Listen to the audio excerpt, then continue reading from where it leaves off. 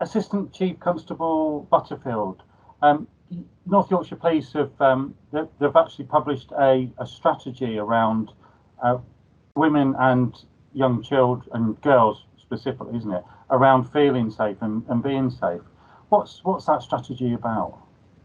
Thank you, Tim. So we're really proud today to launch our Violence Against Women and Girls strategy, and we want that to be public facing because we want to show the public all of the work that we are doing in that space.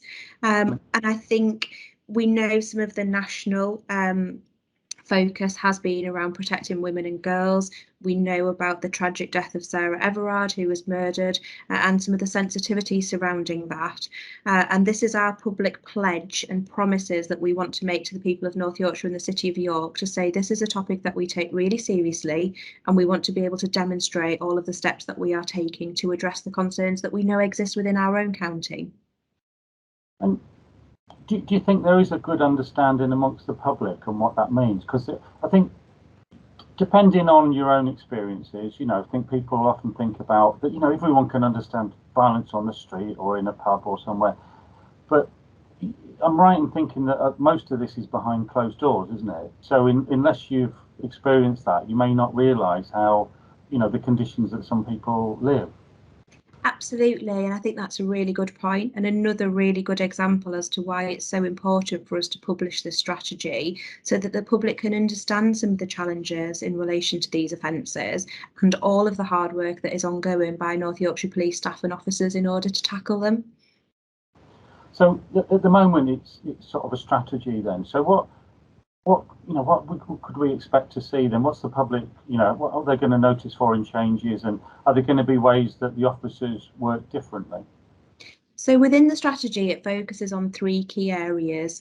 One is about making sure that women and girls have confidence in our force, that there is trust and confidence that they can come forward. It's also acknowledging that we know not all victims are comfortable in speaking to the police. So it's being able to promote third-party support so that even if you don't want to come forward and report a crime to North Yorkshire Police, you still know where to get help and support at a time that is right for you. The second element is about that relentless pursuit of perpetrators, and this is where policing can make a real difference.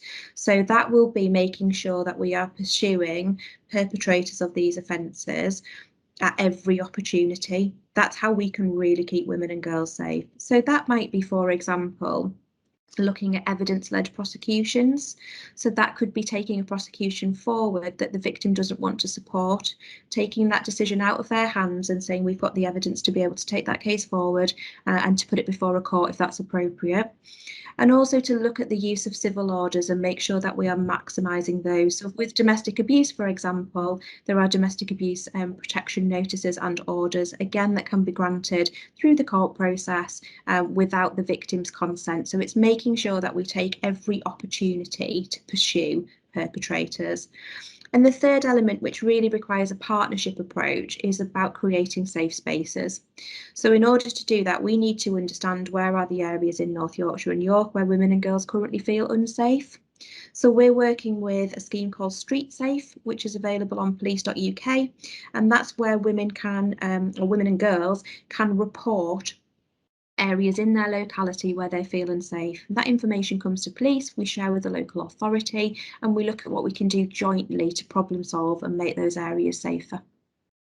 And just sort of continuing on that sort of theme then, do they call it like touch points, where it may be like a school or social services, or there may be some ongoing court action, say with CAMS, where there's a feel that there is something not quite right, but they each have their own kind of, understanding of it. Is there going to be ways of kind of pulling all those concerns together? Say the school's got a concern, talking to a pupil or what they're fed back. Is there ways of working together? I know there was, and I think this was possibly trialled, a system where if the police have visited a family home, then the school were made aware of it in confidence, just so that they could, could just sort of follow up potentially, or just be aware. Was that something that was rolled out full time across North Yorkshire?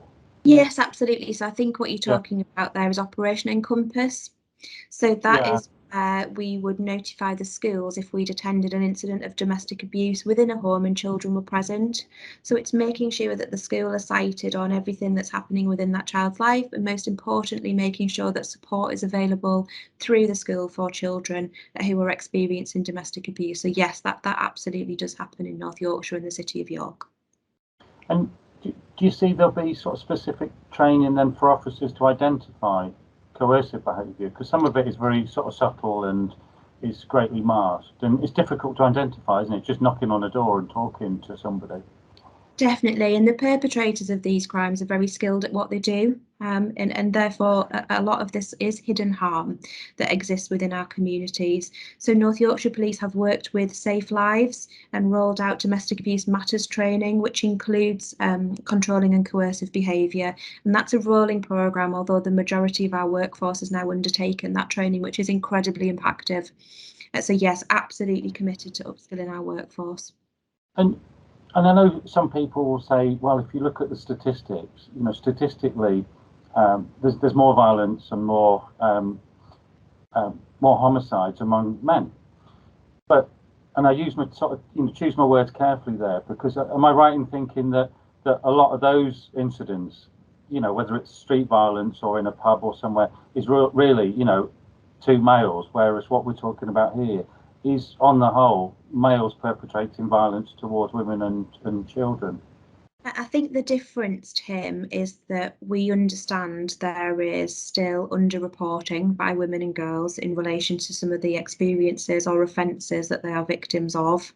So this strategy is to absolutely acknowledge that for what it is, and say we completely understand there is still further work to do so that women and girls feel confident enough to come forward and report to North Yorkshire Police. And this is very much the first step for us in terms of building that trust and reassuring them that we will take their concerns seriously and we will act on the information that they give us.